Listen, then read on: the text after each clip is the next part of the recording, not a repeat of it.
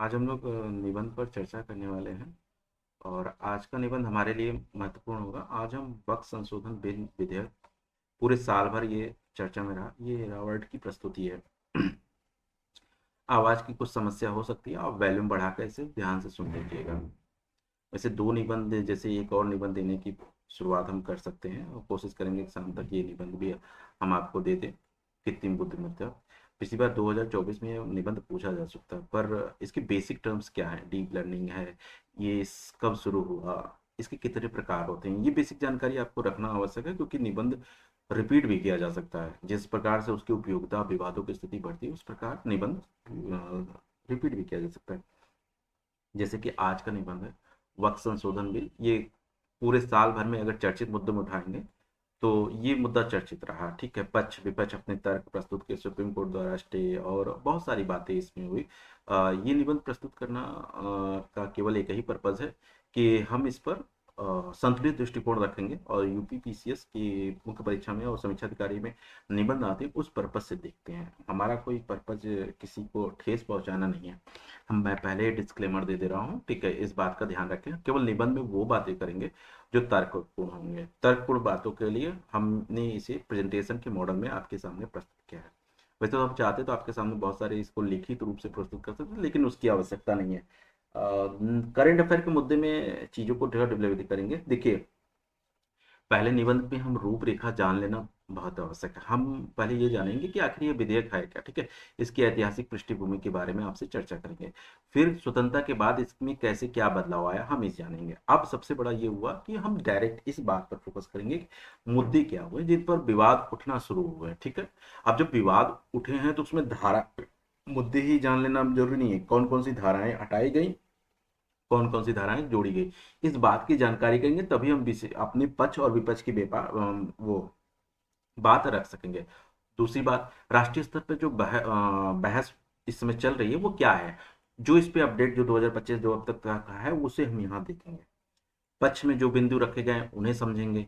विपक्ष के पक्ष के दो प्रेजेंटेशन हमने दिए हैं, जिसमें दो प्रेजेंटेशन के माध्यम से हम इस बात को समझेंगे। फिर हम विपक्ष की बात भी सुनेंगे। ऐसा नहीं कि किसी एक टर्म्स की बात करेंगे, विपक्ष की ही बात सुनेंगे। उसके बाद हम उन पहलुओं को गौर करेंगे। दोनों मुद्दों को सुनने के बाद हमारे क्या स्टैंड है, सुप्रीम कोर्ट ने इसमें क्या लिया है, संतुलित दृष्टिकोण कैसे लिया गया है, ठीक है। इसके प्रभाव को, दूरगामी प्रभाव को आकलन करेंगे, क्योंकि सब कुछ तो हमने सुन लिया है। और उसके बाद कुछ उपाय सुझाएंगे, कुछ हमारे द्वारा उपाय दिए गए होंगे, कुछ सरकार द्वारा, कुछ सुप्रीम कोर्ट, और एक बेहतर निष्कर्ष निकालेंगे जिससे इस निबंध की उपयोगिता को हम समझ सके। ध्यान रहे, ये किसी मजहब को ठेस पहुंचाने का बात नहीं है, ना हिंदू ना मुस्लिम। केवल एक सिविल सर्वेंट के हैसियत से हम ये निबंध लिखेंगे, ठीक है। आप किसी भी पक्ष के हो सकते हैं, वाद विवाद न करें, केवल तर्कपूर्ण बातों की बात करें, ठीक है। वक्फ संशोधन बिल, हम ये नहीं जाएंगे कि वक्फ संशोधन, वक्फ क्या क्या मतलब है, इसको कैसे शुरू करना है, ये क्या इसका मतलब, ये इस टर्म पे नहीं, क्योंकि देखिए सीधा है, विधेयक है, तो इसमें बहुत ज़्यादा नहीं। आप सीधे बात करें कि वक्फ संशोधन बिल क्या है। तो इसमें अगर हम बात करेंगे संशोधन बिल, तो विवाद इस समय आया कि जब 1995 का जो विधेयक आया हुआ था उसमें क्या हुआ था, उसमें थोड़े से परिवर्तन किए गए 2025 में। इससे क्या हुआ, थोड़ा सा बदलाव आना शुरू हुआ। तो आप इन बातों को लेकर स्टार्ट करेंगे क्या, जैसे पंजीकरण और प्रबंधन पर सरकार ने अपने रुख स्पष्ट करना शुरू किया। सरकारी सर्वे पर गैर मुस्लिम सदस्यों की नियुक्ति को शुरू करना शुरू किया। उम्मीद नामक पोर्टल को बनाया, जिसे हम unified work management empowerment efficiency और डेवलपमेंट एक्ट कहते हैं, जो इस वक्फ बोर्ड को, मतलब ये जो बदलाव हुए उनका नाम दिया गया, ठीक है। यहीं से पूरे मामले की शुरुआत हो जाती है, ठीक है।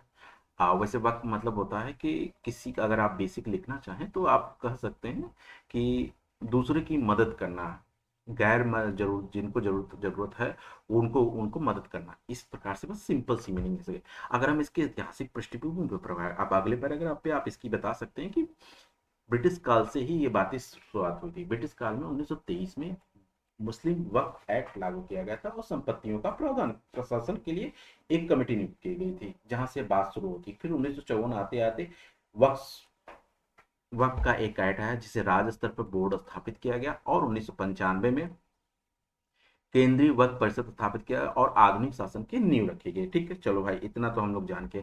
2025 में क्या हुआ? 2025 में ये हुआ कि 1923 को एक्ट को निरस्त किया गया और 40 नए अधिनियम में 40 क्लॉज जोड़े गए, मतलब 40 ऐसे बिंदु जोड़े गए जो पुराने बिंदुओं से अलग हैं। ठीक, अभी उन बिंदुओं के हम मेन मेन बिंदुओं की चर्चा करेंगे जिस पर बहस बना हुआ है, जिस पर सुप्रीम कोर्ट ने अपनी नजर रखेंगे। इस पैराग्राफ में आते आते थोड़ा सा इस पे हम अपनी वक्तव्य कह सकते हैं कि उसको देंगे, कि हम ये लिखेंगे कि 54 से ये आ गया था, केंद्रीय संशोधन हुआ। तो आप इस बात को जरूर लिखिएगा कि 54 के बाद के जो 54 के बाद जब इसमें आया था, तो इसमें 1995 में केंद्रीय और संपत्ति पंजीकरण अनिवार्य कर दिया गया था। इस बात को हम यहाँ पे जिक्र करेंगे।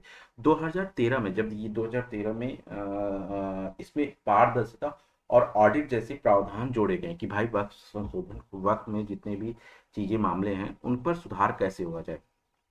सज्जन कमेटी के अवार्ड को हवाला दिया गया। उसमें ये बताया गया कि 8.7 लाख संपत्तियां प्रभावित हो रही हैं और 30% संपत्ति जितना, मतलब 2006 से लेकर 2009 तक की बात कर, जेपीसी की जो बात हुई, उस पर आपत्ति के या अतिक्रमण की रिपोर्ट फाइल की गई है। ठीक, लेकिन वर्ष 2025 आते आते सरकार द्वारा इसमें कुछ परिवर्तन किए गए। उसने गैर मुस्लिम सदस्य और महिलाओं की भागीदारी बढ़ाने के लिए जेपीसी के 100 सुझावों पर विचार करना प्रारंभ किया। ठीक, चलो भाई अब देखते हैं हम इसमें क्या है।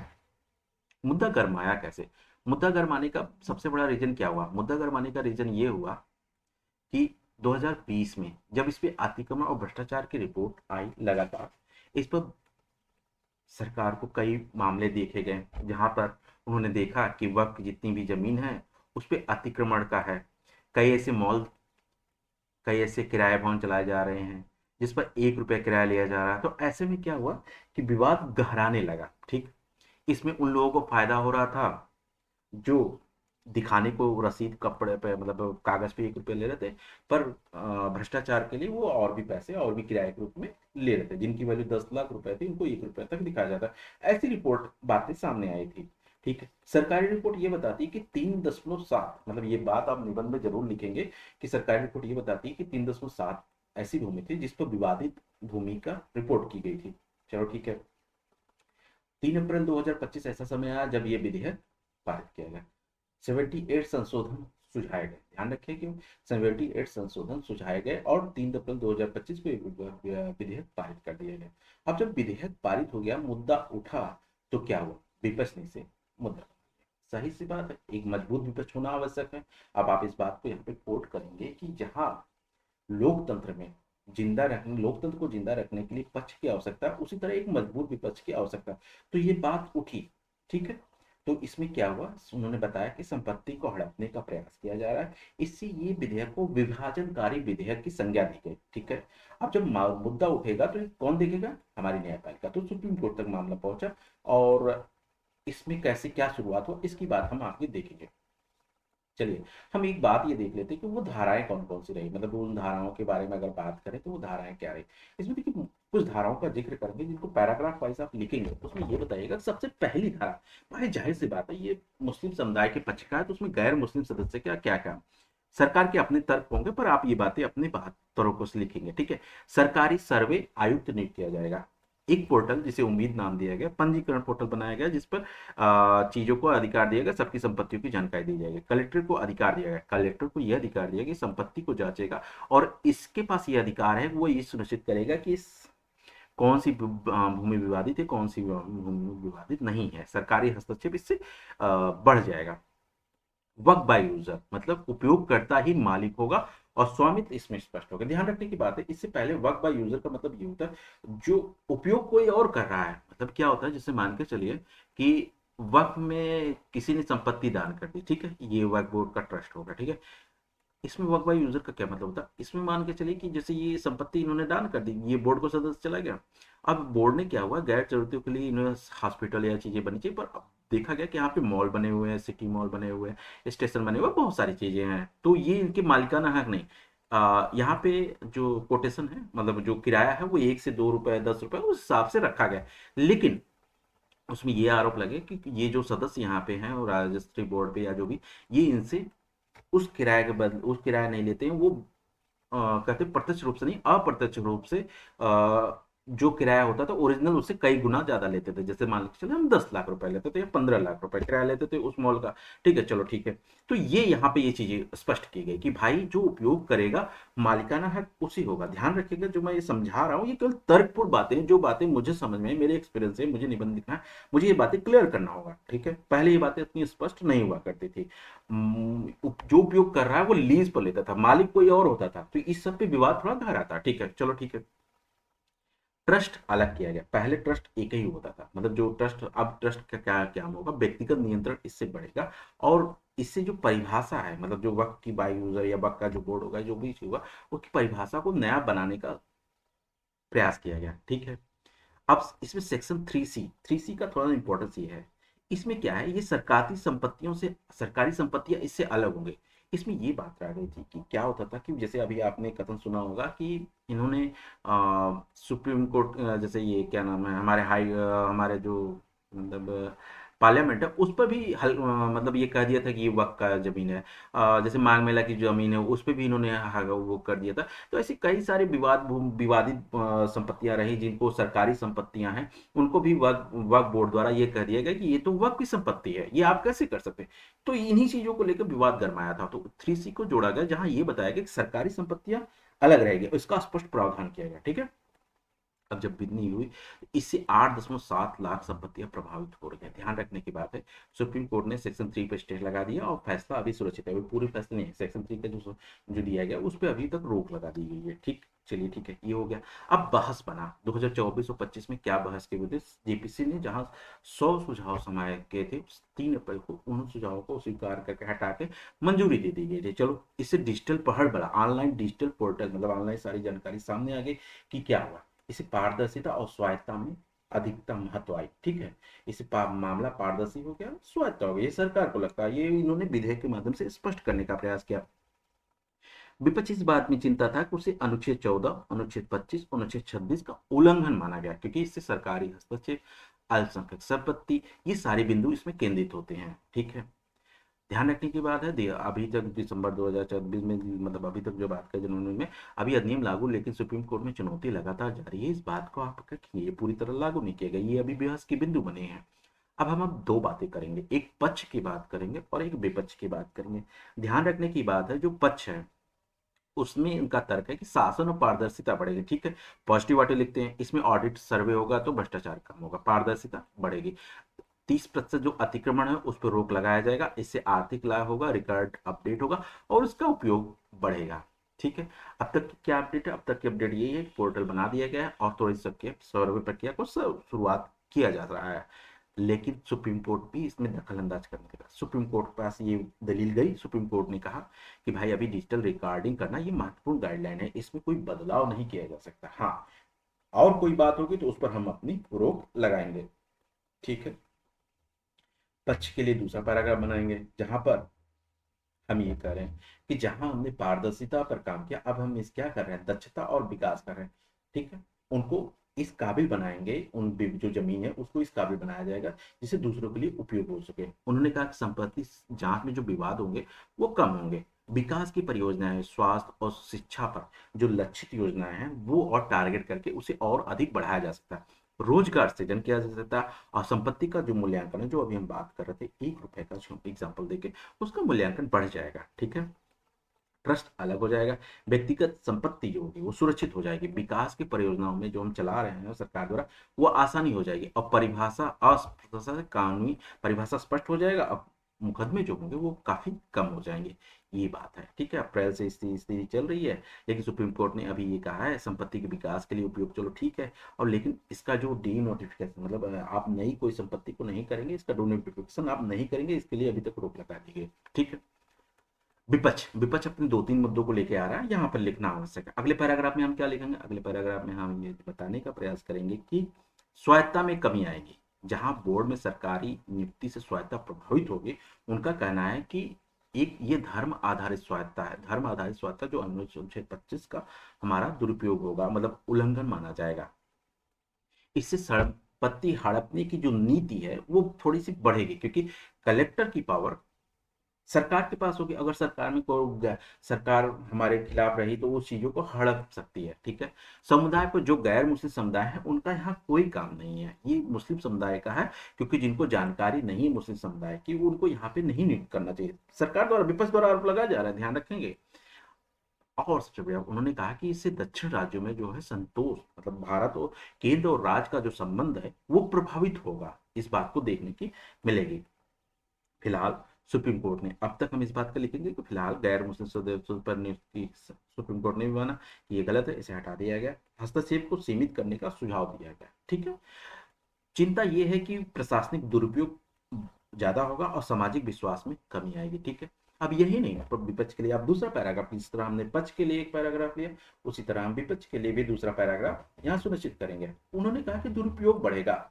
पहली बात, क्या दुरुपयोग बढ़ेगा? सर्वे से जो है विवाद बढ़ सकता है, ठीक है। हाँ, संपत्ति का सर्वे करेंगे तो विवाद बढ़ेगा, किसकी संपत्ति है कौन जानता है, अभी तक कोई कागज, ये सब, तो ये बात सही कहीं हो सकते हैं। अल्पसंख्यकों में समुदाय में चिंता होगी, जहां मुस्लिम समुदाय चिंतित, वहीं बौद्ध समुदाय भी हो सकता है, जैन समुदाय भी हो सकता है, इस चीजों को लेकर, या ईसाई समुदाय, तो वो भी एक चिंता का विषय होगा। हम ये मुद्दे उठा रहे हैं, इस बात को यहाँ लिखना आवश्यक है। स्वामित्व का नियम, मनमाना बदलाव संभावना, मतलब जिसको लगता था वो उसका मालिक है, अभी संपत्ति का हस्तांतरण हो जाएगा, ये भी एक मुद्दा उठ रहा है। और सामाजिक प्रभाव पड़ेगा, सद्भाव, जो हिंदू मुस्लिम संस्कृति, गंगा यमुना तहजीब संस्कृति, उसको मतलब इसमें लोग अपनी रोटियां सेकना स्टार्ट करेंगे। सबसे बड़ी बात उन्होंने कहा है कि इससे कानूनी मुकदमे बढ़े, कम नहीं होंगे, बढ़ जाएंगे, क्योंकि संपत्ति का जहां मालिकाना हक अगर स्पष्ट होता जाएगा या नहीं स्पष्ट होगा तो इससे और कलेक्टर का वो हस्तक्षेप होगा, इससे मुकदमे बढ़ते जाएंगे, हम डिपेंड हो जाएंगे कलेक्टर पर। ये सब चीजें हैं, चलो ठीक है। सुप्रीम कोर्ट ने 3C वाले पे तो अभी तो स्टे लगा दिया, और उन्होंने कहा ट्रिब्यूनल से निर्णय का सुझाव लिया जाए, इस बात पे उन्होंने जोर दिया। हमने पक्ष को भी सुन लिया, हमने विपक्ष को भी सुन लिया। अब हम ये देखते हैं कि संवैधानिक वैल्यू क्या कहते हैं, कानून क्या कहते हैं। कानून जहाँ 14, 25 और 26 इसमें इस्तेमाल होंगे, वो सुरक्षा, समानता, धार्मिक और संपत्ति का अधिकार देते हैं। सुप्रीम कोर्ट ने भी इसी आधार पर धार्मिक नीति में सरकारी हस्तक्षेप उचित होना चाहिए। प्रशासनिक दक्ष दिशा निर्देश ये है कि प्रशासनिक दक्ष के लिए सरकारी हस्तक्षेप उचित है, क्योंकि उसे ऐसे छोड़ा नहीं जा सकता। हाँ, चुनौती ये हुई कि उल्लंघन होगा, अल्पसंख्यक समुदाय की बात की गई, चलो ठीक है, संघीय का उल्लंघन माना, संपत्ति का प्रभाव माना, ये उन्होंने बातें तर्क रखी, लेकिन सुप्रीम कोर्ट ने इस चीज को, दलील को इनकार कर दिया कि ऐसा नहीं है कि नहीं आप सीधे कर सकते हैं। उन्होंने कोई आपके धार्मिक क्रियाकलापों पर नहीं, उन्होंने प्रशासनिक, ध्यान रखने की बात है, उन्होंने प्रशासन पे वार किया है, ना कि आपके धार्मिक क्रियाकलाप पे वार किया है। उन्होंने सरकार द्वारा, सुप्रीम कोर्ट द्वारा ये मतलब ये हस्तक्षेप बताया गया, लेकिन अभी भी प्रावधानों पर स्पष्टता बाकी है। दूरगामी प्रभाव क्या हो सकते हैं? देखिए, सकारात्मक अगर चलेंगे तो प्रबंधन बेहतर होगा, लाभ होगा आर्थिक। नकारात्मक में जाएगा तो विवाद बढ़ जाएगा और सामाजिक तनाव बढ़ जाएगा। अब तक की स्थिति यह है कि 2000 संपत्ति के मूल्यांकन का प्रभाव, कानूनी मुकदमे बढ़ेंगे, जोड़े गए बिंदु पर विकास तेजी से, विवाद बढ़ने की आवश्यकता है। आर्थिक प्रभाव में ये हो सकता है कि संपत्ति के विकास जो उपयोगी हो जाए, लेकिन विभाजन से सामाजिक लागत बढ़ जाएगी, इस बात को हमें ध्यान देना होगा। फैसले की बात करें, सुप्रीम कोर्ट का स्पष्टता यह है कि प्रशासन दक्षता है तो उससे स्पष्टता, पारदर्शिता आएगी, लेकिन हम पुरानी चीजों को अस्वीकार नहीं कर सकते। किसी किसी के पास कागज नहीं, उसको कैसे वो साबित करेगा, कैसे, इस बात पर अभी गंभीर रूप से सोचने की आवश्यकता है, ठीक है। तो कुछ सुरक्षात्मक उपाय हम यहाँ पे देख सकते हैं, क्या किया जा सके, क्या सुझाव दे सकते हैं। हमें डेटा उपयोग पे ध्यान रखने की बात है, हमें डेटा पे, ये सबसे बड़ी बात है, हमें डेटा को सुरक्षित रखना है। सो ऑडिट जो होना चाहिए वो स्वतंत्र होना चाहिए। जेपीसी के जितने भी सुझाव हैं उन पर ज्ञान गंभीर से सोचने का और पालन करने की आवश्यकता है। जागरूकता बढ़ानी चाहिए। 2025 तक की बात करें तो साइबर सुरक्षा पे भी हमें इस बात पे अपडेट करना है, और जमीनी सत्यापन को ज्यादा से ज्यादा आवश्यक कराने का प्रयास करना है, ठीक है। उसके बाद सुप्रीम कोर्ट के सुझाव ये है कि ट्रिब्यूनल को मजबूत बनाए और एग्जीक्यूटिव पावर सीमित रखे, मतलब सीमित, जितना भी हस्तक्षेप हो सकता है उसको बहुत ज्यादा नहीं, सीमित रखे, जितना से काम चल सकता है, ठीक। निष्कर्ष क्या होगा? निष्कर्ष यही होगा कि पूरे निबंध को अगर हमें देखा जाए तो प्रशासनिक दृष्टि से केवल हस्तक्षेप की आवश्यकता है, धार्मिक दृष्टि से स्टेप की आवश्यकता नहीं है। इस दोनों चीज में चीजें क्लियर होनी चाहिए, ठीक है। सरकार का तर्क है प्रशासनिक सुधार होगा, लेकिन संतुलनकारी होगा, नैतिक उपयोग होना चाहिए, संघीय संतुलन बनाना चाहिए, और विपक्ष के सुझावों को भी मानना चाहिए। एक मजबूत विपक्ष होना बहुत आवश्यक है। 2025 तक की ये स्थिति हम ये बता सकते हैं, लागू करने की नई शुरुआत हुई है, सुप्रीम कोर्ट के फैसले का इंतजार है। तब तक के लिए हम ये मान सकते हैं कि न्यायपालिका इस बात को तय करेगी कि क्या सही है क्या गलत। हम इस उचित भविष्य के साथ इस निबंध को समाप्त करते हैं कि आने वाले समय में जितने भी फैसले लिए जाएं या जो भी किए जाए वो धार्मिक सद्भाव को ध्यान में रखा जाए और संविधान की मान्यता बनाए रखा जाए, हर चीज संविधान के दायरे में रहे, वो ज्यादा सही है। ठीक है। आप निबंध को जरूर देखिएगा। अभी एक और निबंध है, कितनी बोली पता, देखते हैं इसको शाम तक, बताते हैं कैसे क्या करना है। आप अपना वक्तव्य जरूर दीजिएगा, ठीक है। चलिए निबंध की शुरुआत, निबंध को समाप्त करते हैं। आप अपना उचित कमेंट या कैसा लगा निबंध हमें जरूर बताइएगा। ठीक।